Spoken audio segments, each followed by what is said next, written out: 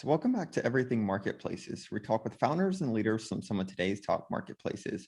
So this is episode 52, and I'm really excited to welcome on Brian Leonard, who's currently the CEO of Grouperoo, and before that was the CTO and co-founder of TaskRabbit. So yes, as most of you probably know, TaskRabbit was an early pioneer in the gig economy space. It scaled to become a leading marketplace for on-demand services and tasks, and was notably acquired by IKEA in 2017. So Brian, welcome to the group chat, and it's definitely great to have you join us here today. I'm really excited to learn more about your experience with TaskRabbit, and most of us have not only heard of it, but probably used it ourselves. But before we dive into things, let's start off by maybe you sharing a little bit more on your background for those that don't know you, and then what led you to building TaskRabbit. Yeah, my pleasure.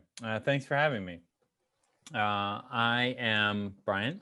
I'm from Texas originally, went to school in South Carolina, worked for IBM in Boston, where I met Leah, who was, we worked together at IBM. And one night she had this idea. She needed some dog food, and there was probably someone at the store right then that could get it for her, but she didn't know how to talk to them, obviously. But Twitter and Facebook, all these things, it was 2008, years and years ago. I have children older than that at this point, that Facebook and Twitter were just coming up. And so, like, what if there was a way to use those technologies to get in touch with them?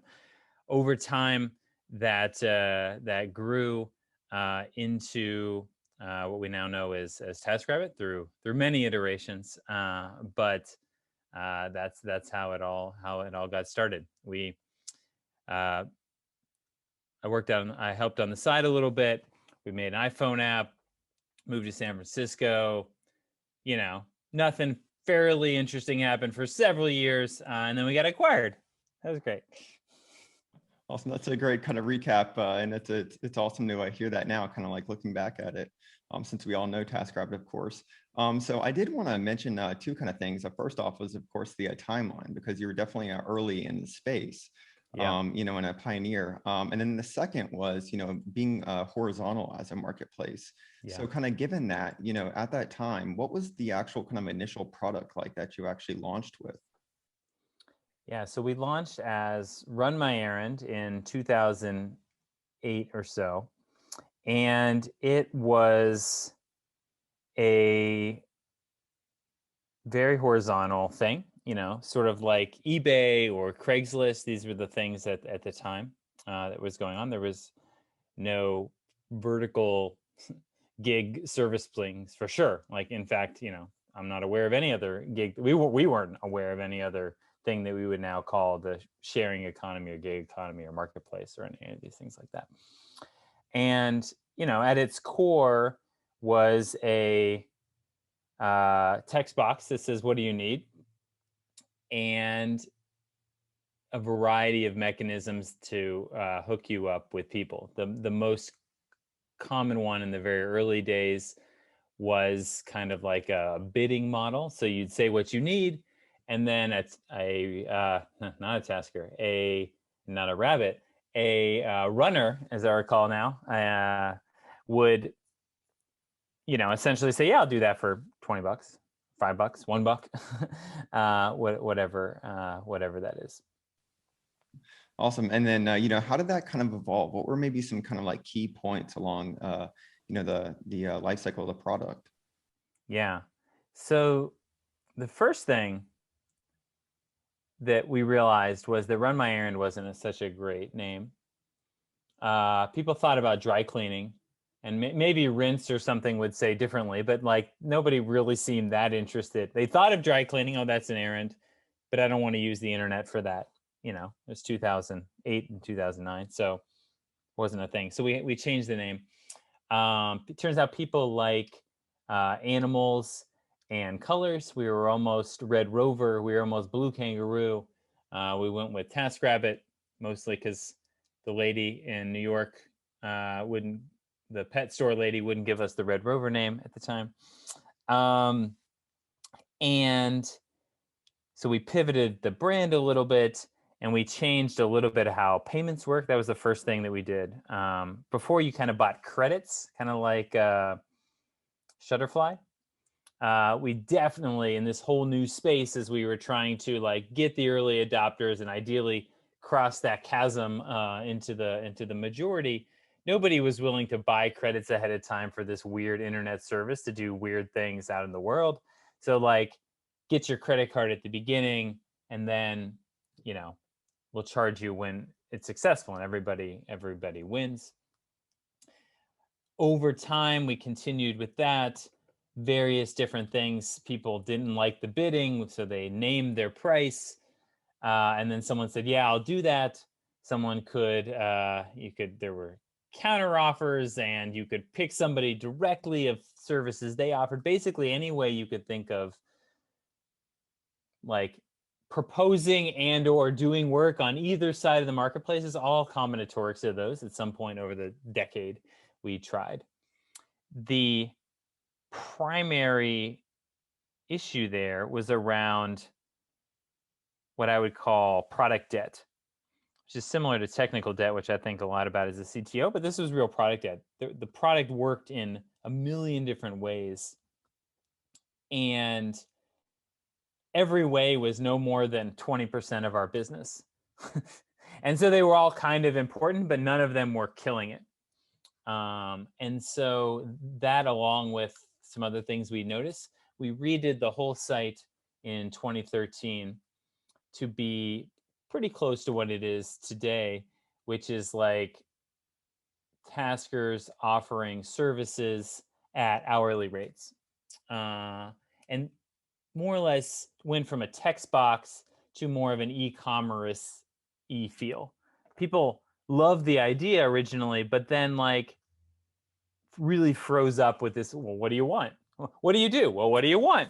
Well, no, what do you do? And like, what do you want? And it wasn't so great. But then it was like, oh, you do mostly things in my home, for example, putting up TVs. Well, I have a TV. Okay, great. Let's do that. Here's some people. This person's $30 an hour. But this person has more experience with brick. Do you have brick? You know, that kind of thing. And so we launched that in London in 2013, launched it in the US in 2014. All kinds of stories about that day. And then more or less iterated from there. Awesome. And then, yeah, so I think it would also be super helpful. Like, what sense of kind of scale were you eventually at? So we can have some little bit of context. Yeah, we were doing, if I still work there, this is when the marketing voice would be in my head, which is like, you know, what numbers have we released and all these kinds of things. Yeah. So like, I'm not totally sure, but there was like certainly thousands and thousands of tasks a day. I don't know. It wasn't like millions for sure. It wasn't 100,000, like, you know, up to 10,000 probably, if I recall correctly. Awesome. And then how many markets did you guys operate in? Well, things escalated fairly quickly when we got acquired by IKEA in 2017. So as far as from the very early days, like when that empty white text box was there, all the way up through e-commerceification, like 100,000 plus times, somebody had said, like, either go to IKEA and buy something and bring it back to me, or I've got this thing here, put it together. Like, there's all those things. And so over a long period of time, we, you know, seeked a partnership with IKEA that transitioned into acquisition. Now we've been acquired in late 2017. Now, essentially, the mandate is to be everywhere IKEA is, which is kind of a lot of places. And so, you know, we rolled out to all of the US cities that they were in, which is a lot of them. Then Canada, I forget the exact order, Spain, France, Germany, Italy, Portugal, I think is probably where they're at now. Wow. Yeah, that's quite the scale. So I did want to mention or bring up a topic I know we kind of chatted about prior to this. And, you're definitely at some large sense of scale and had quite the, variety of tasks. So I wanted to talk about making kind of trade-offs when building marketplaces from a product side and kind of how you thought about that. Yeah, it's one of the more interesting topics for sure. And like one story is like we've got in the early days and on, continuing, there's this we had tasks, right? And then there's this notion of like, well, we really want to move our retention number and or like people get their stuff cleaned every other week. Like, why should we not make that super easy? And so now, somewhat obviously, you create something called recurring tasks or something like that. And there's like a template, and every 2 weeks it posts on the system, and then you get somebody to come over. Obviously, to some degree. And then you're like, you pat yourself on the back and like, wow, this thing really scaled just right. And then, 5 weeks go by, 5 months go by, and you're like, what's going on in the system? And there's this like some guy, and he's got a dashboard full of like a task a week that has never got finished, that it's like hurting the numbers. He can't find anything on his dashboard. Like it's just like auto posting all of these times. And you're like, oh, that's not good. Maybe he wanted to skip things. And so you then hit a button to skip, or you fast forward this whole thing forward, and all of a sudden you like know people's vacation schedules. You know that this week on a Wednesday and not on a Thursday, and every other week someone has soccer practice. Like everything's getting rearranged all the time, and you've basically modeled everybody's whole life. And it was just a lot of product work, and kind of a disaster. And then at some point we're like, all right, this isn't working. Here's what we're going to do. We're going to say, people keep wanting we learned that people keep wanting the same cleaner every time, somewhat unsurprisingly. And B, we can not handle their schedule. So what we're going to do is we're going to rebrand our forums, and we're going to call it chat, more or less the same. And we're going to get rid of all of this crap. And we're just going to give the tasker a button that says, hey, I worked. And the other person will say, yeah, you did. And that worked a lot better. So the point is, there's all of these decisions of like how much of the real world to codify in the product, and how much to leave it up to the participants in the marketplace to work it out. And I think as an engineer, I tried to, code the world way more than I should have, and a lot of my lessons were around, letting the marketplace work things out. I thought it was great because the tests were always green and the product always worked, but real life is completely unpredictable, essentially. That's definitely a great point. I know we have a million different use cases with marketplaces. Trying to productize them. So I had a question, when it comes to the product and kind of, I would say from like an org side, how much was like ops versus kind of product? Yeah, that's interesting question. Probably case by case, for sure. And products for the ops team also is like a middle category there, right? Like what admin tools can we make that sometimes that's the right answer. Like if there's some discretion or subjectivity or something like that involved, it looked like a queue of things to look at, always ordered in the right way so they could be most efficient as possible. The decision there definitely varied over time. In the beginning, it was actually more product because we had 0 to a few ops people, right? But as we scaled, we got many more customer support people and many more people focused solely on operations. And so for example, something that we did was around this notion of you could be an elite tasker. Now, what does that mean? Nuances, right? Like all kinds of metrics and this and that things. And at the beginning, something like that was automated, and like you hit this level, and then you got a certain badge, which made you more likely to get hired, basically. And then, like, I don't know, infinite phone calls about like why why am I not elite this month and that month and this and that and like all of these other things.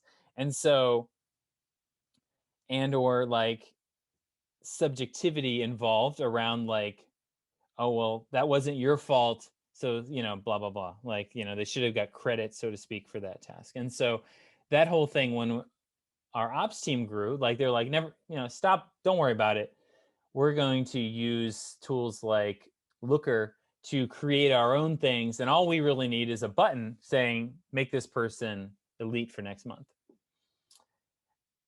And that went well for a while until that got to be too many things. And then we had to automate it again. But we had all of the lessons that they had from the previous time, and had upgraded our app, and they could dive into all the nuances of all those things. And so now we're back to automating it, using the lessons that we learned from the manual process. So I don't know if that's winning or not winning, but that's what happened. No, that was definitely a really great example. So thanks for sharing that with us. I believe you shared it in the past, as far as the size of the kind of engineering team. It was relatively small, right? Kind of compared to the scale that you supported. Yeah, definitely.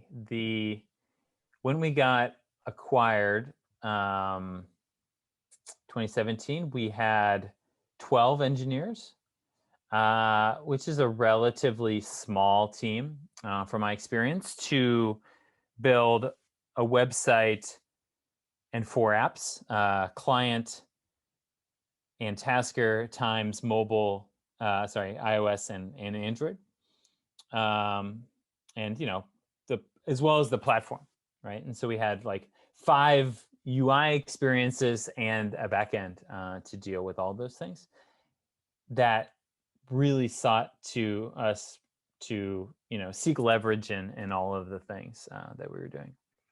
From why were we doing that? It was mostly around our goals pre-acquisition, to chart our own destiny and be profitable. So we stayed as lean as possible. And did that change with the acquisition, or? Oh yeah, they gave us a lot of money. Like, this isn't like I bought a boat kind of thing I'm talking about. Like, the acquisition isn't I never have to work again and screw you all or anything like that. But they invested in the company way more than any VC round that we would have had, and continued to do that, to fuel, quadrupling. Let's see. Yeah, we went from 60 people to 250, probably 300 people now. And whatever that is, like 5xing the number of countries we were in. Awesome. Thanks for sharing that with us. So I did want to bring up another kind of topic before we kind of jump into more of the kind of post-acquisition and then what you're working on now, which was partnerships. And we mentioned that previously. Could you maybe share a little bit more about kind of partnerships at TaskRabbit? Yeah, we were just talking about all the presentations I've given in the past, and one that I did recently was a presentation on partnerships and models and strategies there. And to take that hour long, and anyone can feel free to ask questions afterward if they like. There's different models that TaskRabbit did. Like, one of them is B2B. We worked with small businesses and or large businesses to, create an integration. Like, when you ordered a TV on Amazon, some of the people that showed up could have been taskers to put that up on the wall, for example. That's That's a B2B thing. People, large apartment complexes need people to wait for the cable guy and all kinds of crazy things like that. We had B2B partnerships for that. The other type is what we called B2B to C. None of those people knew that those were taskers, and we never met any customers. A B2B2C partnership is one that introduces us to people that can then be our customers from then on. As an example, IKEA, I suppose. Like, that was B2B in some ways, because obviously that, but TaskRabbit acquired that customer from then on, that allowed us to then leverage that, do that follow-up task after that. And there's strategies around how to build those relationships and how much it distracts from your core product and all kinds of other things like that I'd be happy to talk about. Awesome. Yeah, I actually did want to ask about, and feel free to, only share what you can. But Sure. did the IKEA relationship actually start with a partnership, or? Yes, it did. We met some people at IKEA. They big businesses often go on these like quote unquote like innovation tours of Silicon Valley, and then like they go around to Google and random startups like TaskRabbit, and like get inspired by, I don't know, the foolishness that we're working on, I guess. And IKEA did that as far back as 2015 or 16, probably. No, maybe even earlier, probably 2014 or 2015. And, just met with us and we said, hey, we're doing lots of assemblies. And they're like, oh, really? I almost did my Swedish voice. I held back. That was good. And, sort of started a relationship there. Eventually that blossomed into us going over to London and doing services for people that had bought IKEA furniture. As part of that, we learned that people buy more furniture when they don't have to put it all together, which was somewhat contrary to IKEA's founding, which is like, you do a little work and you get a cheaper, high quality product.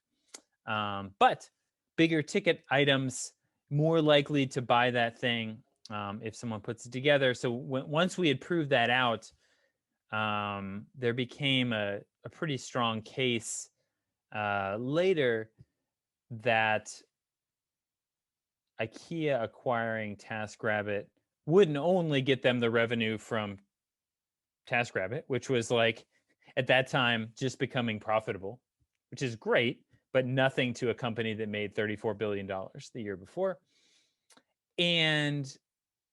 But it said that you could actually make that 36, 38, 42, whatever, by offering these services. And we have a scalable way to do that. Awesome. Thanks for sharing with us on that. So, I had a question now, what was it like personally kind of going through that initial kind of the partnership and then kind of like what led to the acquisition? What was that like? Yeah, personally is exhausting, right? Like, I mean, we have founders, marketplace founder, all founders. I thought I'm doing a new thing. It's B2B. And I thought, oh, this is gonna be easy. It's not easy. It's never easy. Like the whole thing is, the whole process is mentally draining and exhausting. But you have to have a certain optimism that every new feature or every new partnership is like, this is it. This is the one it's going to be. And like, even deciding to do the IKEA partnership is really hard. Like, well, we're trying to become profitable. How many tasks is this going to be in the first year or month or whatever? And it's like, well, I don't know. Well, it's going to be a lot of work to do this thing. So like, is that going to be worth it? And we're like, I don't know. But then we're like, but it's IKEA. Like that could be huge. And so like, where do you place that bets is super stressful. All the partnerships we didn't do, and and when we did the IKEA, all the features that we didn't do, or the operations we didn't improve, those kinds of things. So that's stressful. And then especially when it deviates from your core product in some way, you start getting into this like sunken cost cycle that seems risky. And like, oh my gosh, this better work. And there's some that didn't work. And so, the whole thing is super stressful. And then certainly the acquisition process also super stressful as well. Yeah, thanks for sharing. Yeah, it was, I feel like we could go on quite a bit talking about some examples of, I would say inbound interest and, how you kind of prioritize what to pursue or not. So I've definitely been there myself. So we're going to jump into questions here in a little bit. Let's see, I actually have some questions coming in now, if that sounds good to you. Great. Hey, Richard. It's your show, buddy. Yeah, you're the guest. Hey, Nice. Richard, do you want to jump on? Yeah, I'd love to. Thank you very much, Brian. Really enjoyed your talk, and congratulations on your acquisition, and really enjoyed hearing about the story. I'm Richard, founder and CEO of Citizenshipper. We're a peer-to-peer marketplace that connects people with difficult to move items with drivers and transporters. We found a niche in long distance pet transport, so that's a lot of what we do, but we're growing into other categories as well.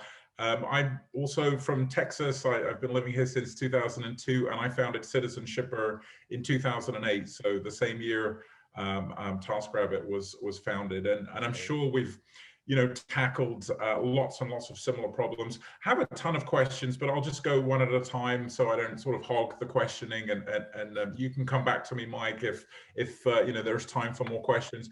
I guess the first one I'd like to ask is, I think we probably face similar problems. So for example, with what we do, long distance transportation, there's not a super frequent need for the demand side to it's only so often you need like a pet transport. And I would imagine it's a relatively similar story with TaskRabbit, that you're not having customers use you sort of, every week.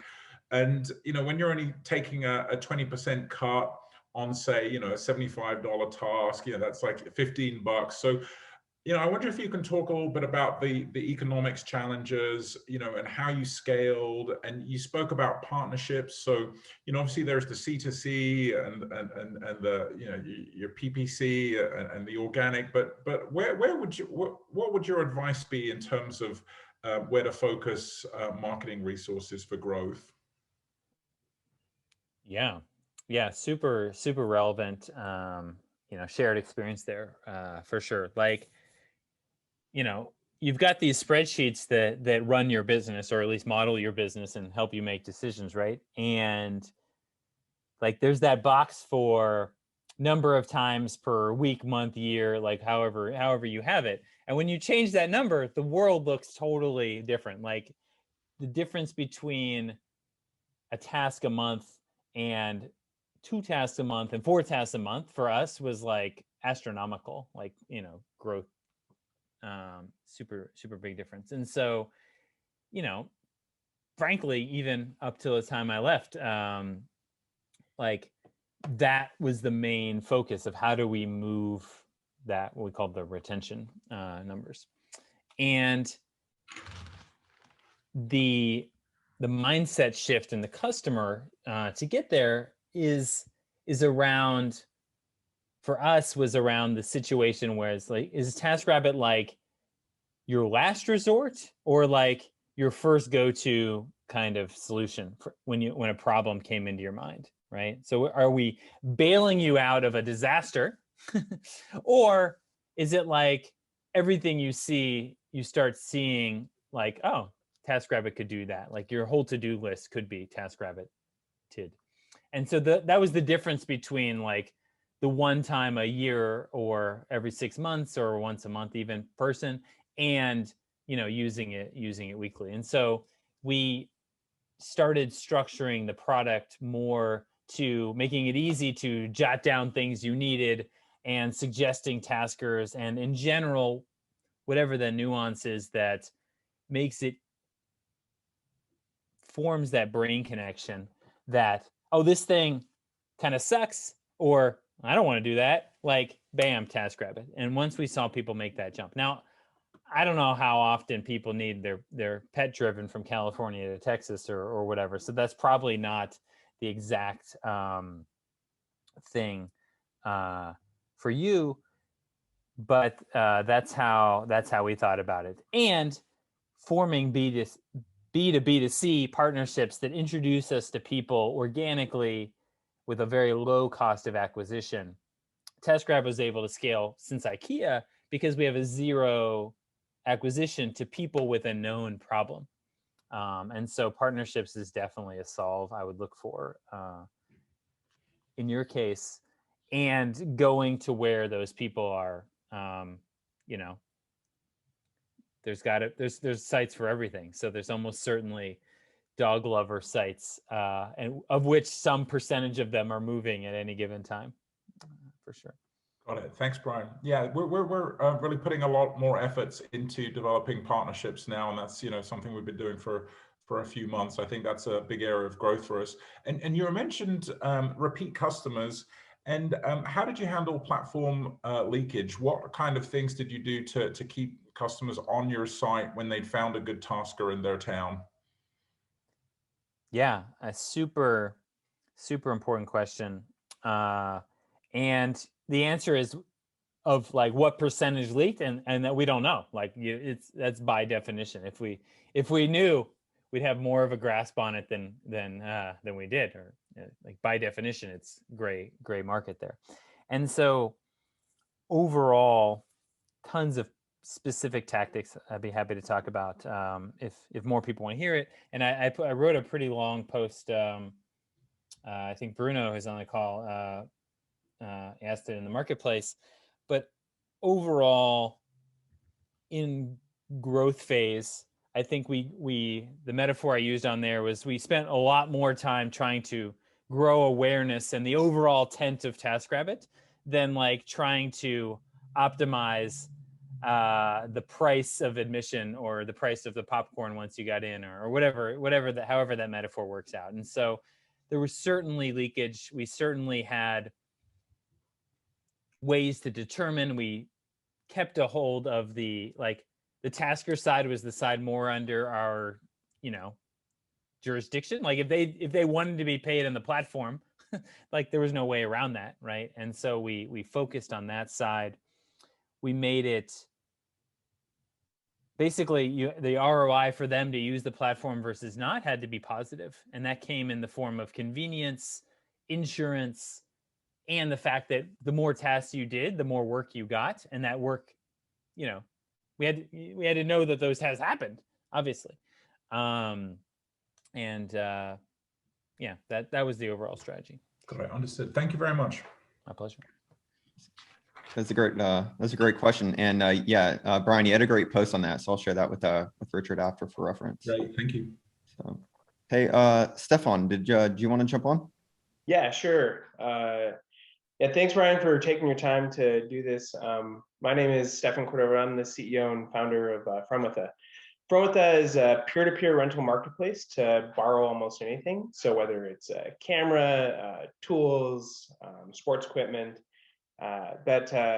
So recently it's kind of hard to constrain your marketplace from getting supply everywhere. And we'll get people just joining to rent their stuff in cities that they're the first one, we don't have anyone there. And then what happens is maybe they're on the platform for like 1 month, 3 months, a year, and then all of a sudden like SEO kicks in, something happens, and then they'll get to rental request, and it's really challenging at that point to keep them active. And so we'll do a lot of push notifications before, but frankly, I don't think that's still there's a lot of cancellations that we're having. And so I'm wondering if there's like a better strategy for maybe kind of seeing when someone is not active anymore, kind of like like a little chart, of like, okay, this person's active, this person isn't. If you guys had any situations like that where, like, or even with like, say, good taskers, sometimes we'll get people that they've rented a lot, and then all of a sudden it's like, they get 2 rentals and they quit responding, and then maybe they come back. And so Yeah. I was wondering about tactics and strategies for keeping supply active. Yeah. Great. Whew, getting back to those old days. It's nice. I can imagine cameras are super common. One of our people that was in there very early, his name was Victor Echeverria, and he had a site very similar to that, and they found that cameras were super popular. Very interesting. Yeah. And in the end, for what it's worth, he ended up just buying a bunch of cameras and renting them out. I don't know, sort of an anti-marketplace story. I don't know, it's just coming to mind at the moment. Either way, I think the first decision is which model are you going to use around launching a geography. And so TaskRabbit chose to, like, when you launch in a city, we have many services in that city, and everyone had been onboarded fairly recently. Gotcha. Right. There's a whole alternate universe where, one guy in Iowa, which TaskRabbit isn't generally in, rural Iowa, right now, like, he's a handyman, and like, guess what? Now we're open for handyman in rural Iowa. Like, that was an alternate universe that we did not do. And so when we we decided to go into a city based on a variety of things I could talk about too.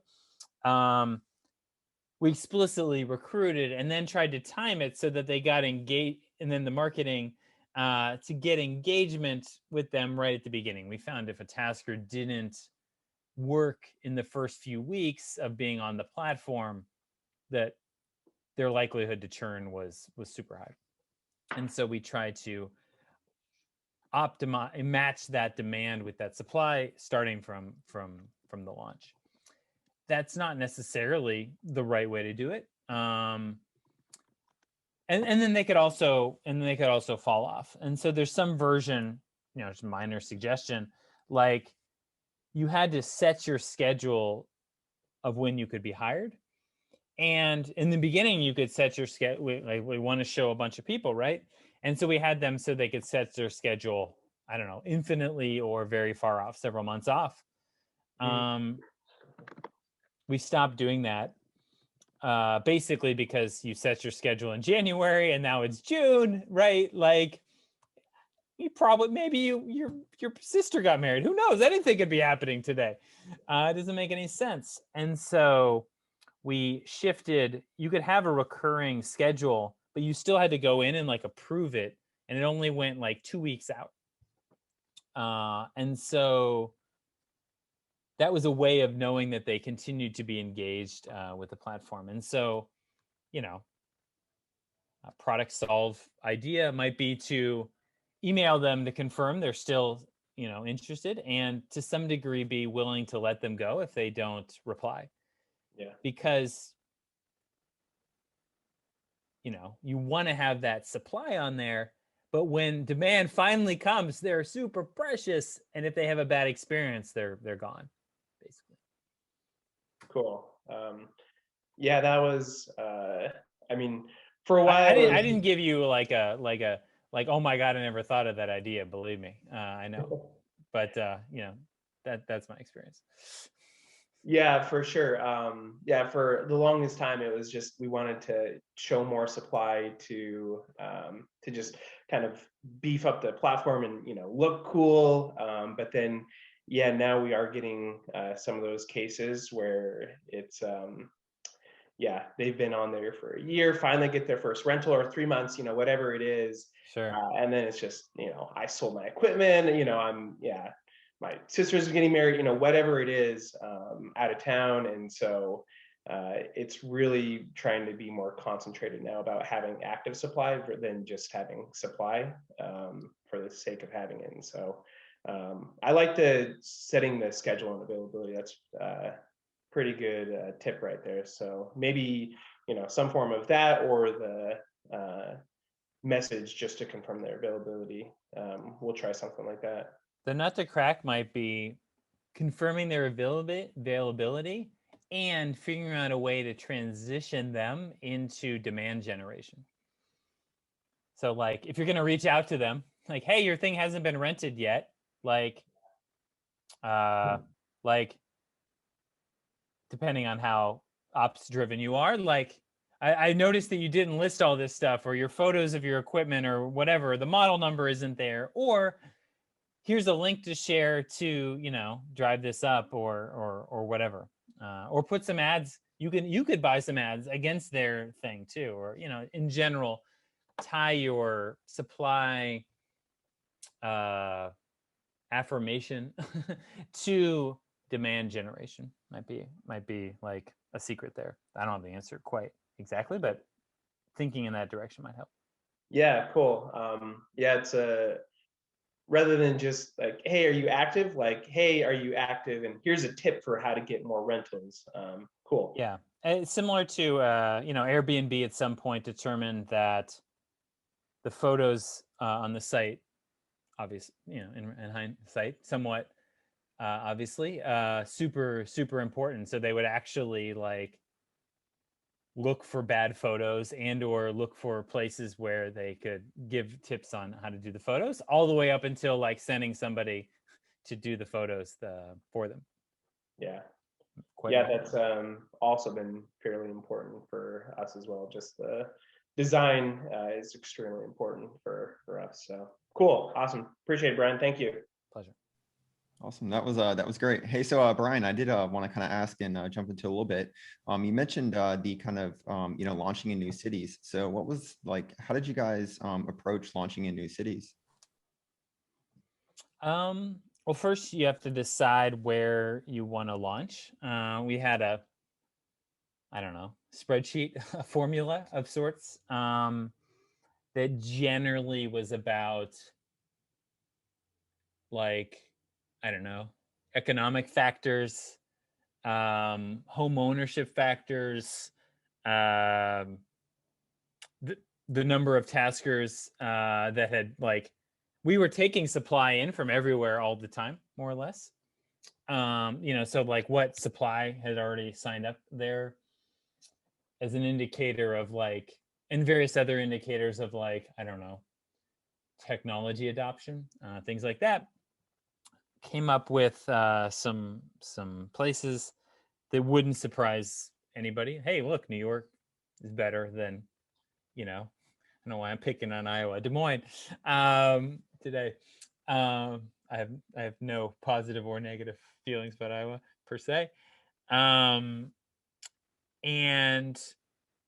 then we had a core set of taskers that we want to recruit, and it wasn't many, like some core set of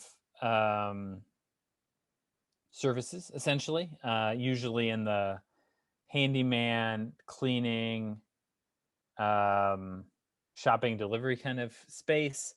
And we'd get, I don't know, not that many, like 20 to 50 probably people. And if we had to advertise or post on Craigslist or whatever to get those in, we try to time that so that they'd go through our background check process right before we were about to launch. In the very early days, we did like orientations in those cities. We had like a team that went around to the cities. Here's how to use the app, etc. And then they actually did their first task like in that orientation and made $1 or something like that. So they saw how it all worked. And then it was open in that city, sort of soft launch. We made sure that it was going okay, and then we started putting some sort of advertising or in the later times, like IKEA, like signs went up and things like that. That's really interesting. Thanks for sharing that with us. So Cool. So, hey, Gordon, do you want to jump on? Thanks, Mike. By the way, congratulations on the Everything Marketplace launch yesterday. That's really exciting. Brian, that was amazing. By the way, so I have I'm a founder of Oklo. So we don't crowdsource the tasker. We crowdsource the recommendation. So it's really the word of mouth marketplace that we're really interested in. So my two questions are: you mentioned that you didn't buy a boat. So what are you doing now? And then the second question is, what worked in terms of acquisition? I imagine SEO was big for you, but what other strategies, looking back on hindsight? So you can answer them in any order that you want to. That's great. I'll go in order. That's fine. So I'm currently working, I founded a company called Grouperoo. It's about something we saw at TaskRabbit, kind of around acquisition and retention. I would, on a Monday, I'd approve $1 million for marketing to move that retention number this quarter. And I was in charge of the data team and the product team and the engineers and the designers, like sort of CPO, CTO kind of thing. And so I'm on the exec team. So I was like, great, and we're super excited. As I talked about, like, if we can get this from 4 tasks a month to 5 tasks a month or whatever it is, that's a huge win for the business. The CMO is super excited. Everyone's like pumped. 2 days go by and they're like, hey, Brian, I need some data in Marketo or MailChimp or whatever to run this test to move that retention number. You remember retention? Oh yeah, I'm super excited about retention. You're going to kill it. So anyway, can I get that data? No, I don't have time for that.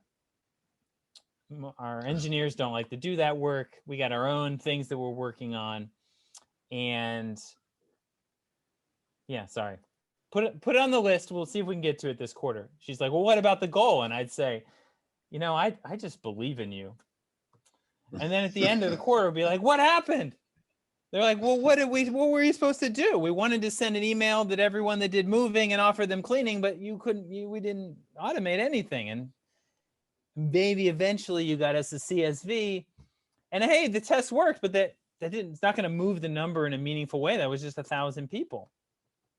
And so when I thought about the new thing to build, it became all about how marketing and sales and operations were interacting with the engineering team, specifically to get data into the tools they're using. And so we have an open source product that makes that 10 times easier for the engineers so they don't hate it, and then empowers the marketers and others to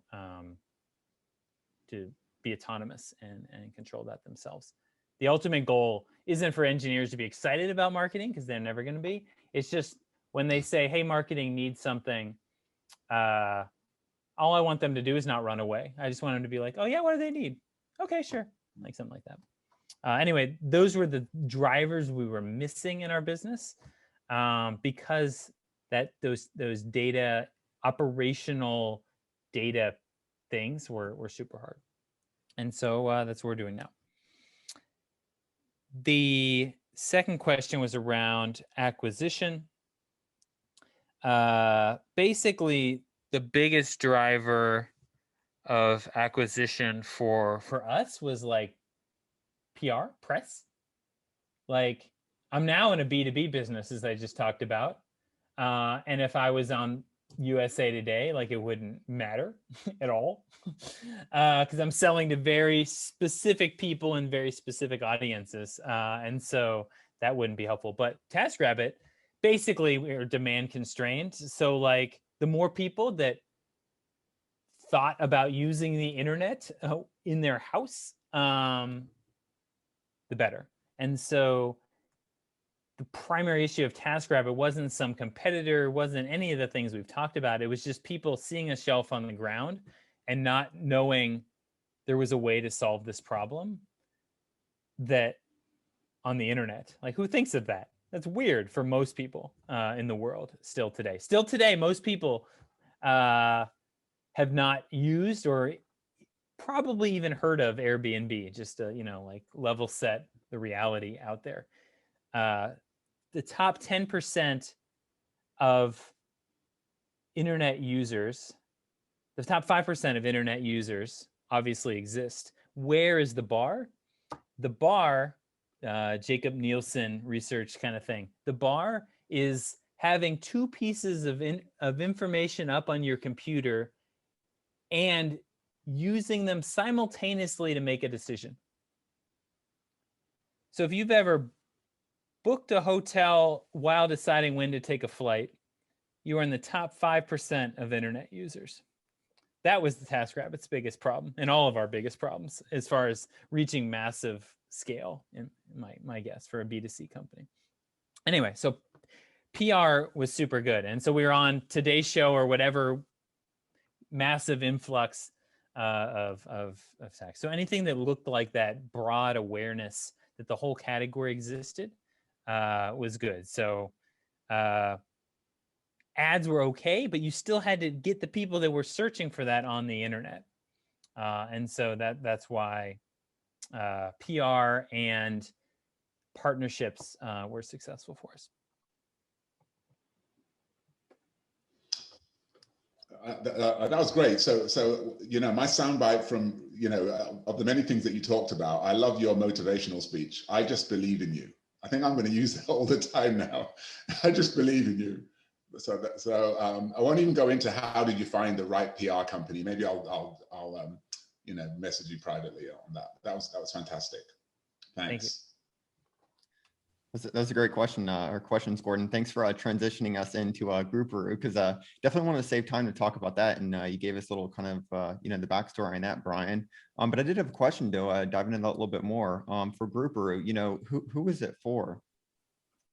Yeah, that's great. So when we started, it was like for the marketers because they had the pain point, right? But that turned out not to be very effective. Because we had some really good calls with marketers. We you know, did customer research and talked to hundreds of people. And I'm like, I see you. And they're like, oh, CTO that sees me. This is great. You want to use my thing? Yeah, I want to use your thing. That didn't go anywhere because what did they do next? They talked to their CTO. And I was like, this is another crazy thing that marketing is asking from the CTO. I've been there, and so that didn't have. We got a few customers out of that, but not a huge uptake. When we started really focusing on the gatekeepers of the system, which are clearly the engineers, and saying, you know, those marketers, oh my gosh, these people, they just have so many things they want, and it's so hard, and you don't like to work on it. We'll make that 10 times easier for you. That's when we started seeing more adoption. Then the marketers will benefit from that by having their requests served and even serving themselves that data. But so we are for the engineers. We're an open source product. You install it instead of writing a custom blog, you install WordPress. Instead of figuring out how you're going to synchronize all this data to Zendesk or MailChimp or whatever tools you're using, you use Grouperoo, and it makes it easier for you. That's awesome. Hopefully it's useful for some of the marketplaces in the group. So yes, my main job is sales. I'm not gonna not pretend that I'm not interested in more people learning about Grouperoo that might be able to use it. So certainly let me know if you're interested, and we can get you going. Awesome. We definitely will, and I'll include more info to it in the notes. So I had a question though. Just given kind of, you know, your experience building TaskRabbit, like what kind of like scale of company are you looking to build with Grouperoo? I think it varies across the whole spectrum. We've seen very large companies that become overwhelmed with whatever they've done in-house, and they're running a sales organization or a marketing organization, and they really want to focus on retention, but they need to make the tool they're using, Intercom, Braze, Iterable, Marketo, whatever, much smarter, but don't have the data to do that. And those are big companies that we're working with. public companies, especially maybe not relevant here, but especially in the compliance space because of how our product's architected. But all the way down to some startups too, that basically they have a new tool to integrate. Why would you spend X weeks, say 4 to 8 weeks, integrating that yourself and learning about all their APIs when this can be running in a day? Similar to the same reason you're not reinventing how to build the homepage of your website. There's open source tools that can solve that problem for you. So the price point is there for the startups for sure, free, to be clear. Awesome. Great. Well, this is a super insightful chat. So thanks again for taking the time to join us and share more about your experience and some kind of insights. I know TaskRabbit comes up all the time, so this is really awesome. Before we kind of wrap things up, though, I'd like to kind of ask, what's one memorable moment or kind of interesting or funny story that you could share with us from your journey? Oh my gosh! I'm sure you have quite a few. So yeah, it's a decade of my life. Every overnight success takes about a decade, just so you know. I guess the thing that sticks strongest in my mind is this moment when we relaunched the site. We launched it in London, and then we relaunched the site in the US in 2014. And we'd rebuild everything and bet everything on this new model. And the old site, we called it V2 because it was the first time I rebuilt it was when run my errand to TaskRabbit. Now this was V3. So we were transitioning from V2 to V3. And we basically had them running in parallel, and maybe my whole life is data synchronization. I don't know, synchronizing data around, and we were going to take one site down and put the other one up.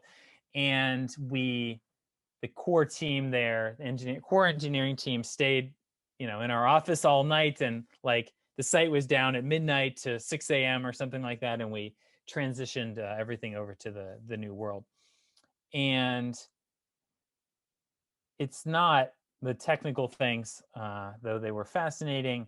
It's not that it even worked. It was just that, in the end, the things you most remember are the people and the relationships and the experiences you build. And like when you cross the finish line or are just all in it together in that moment, I think that's one of the greatest things that startups can do, for people. The crazy story is that 5 minutes before I realized that it didn't persist the login from the old site to the new site. And we were scrambling and it came back up and everything worked. There were people there for moral support,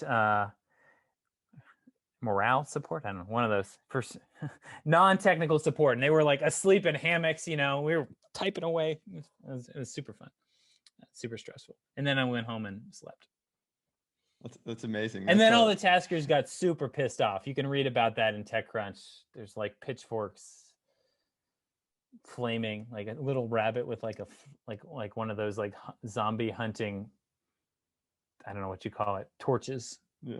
Oh man. Pretty crazy. Yeah. That's quite the story, and that's a great way to wrap it up with that. So we kind of we went back. These were some throwback moments for you. So once again, I appreciate taking the time to join us, and congrats by the way. So that's quite an amazing outcome that we all kind of strive for. So just last but not least, before we wrap it up, where can we keep up with you? Time for a quick plug. Yeah. So let's see. I'm B Leonard on Twitter.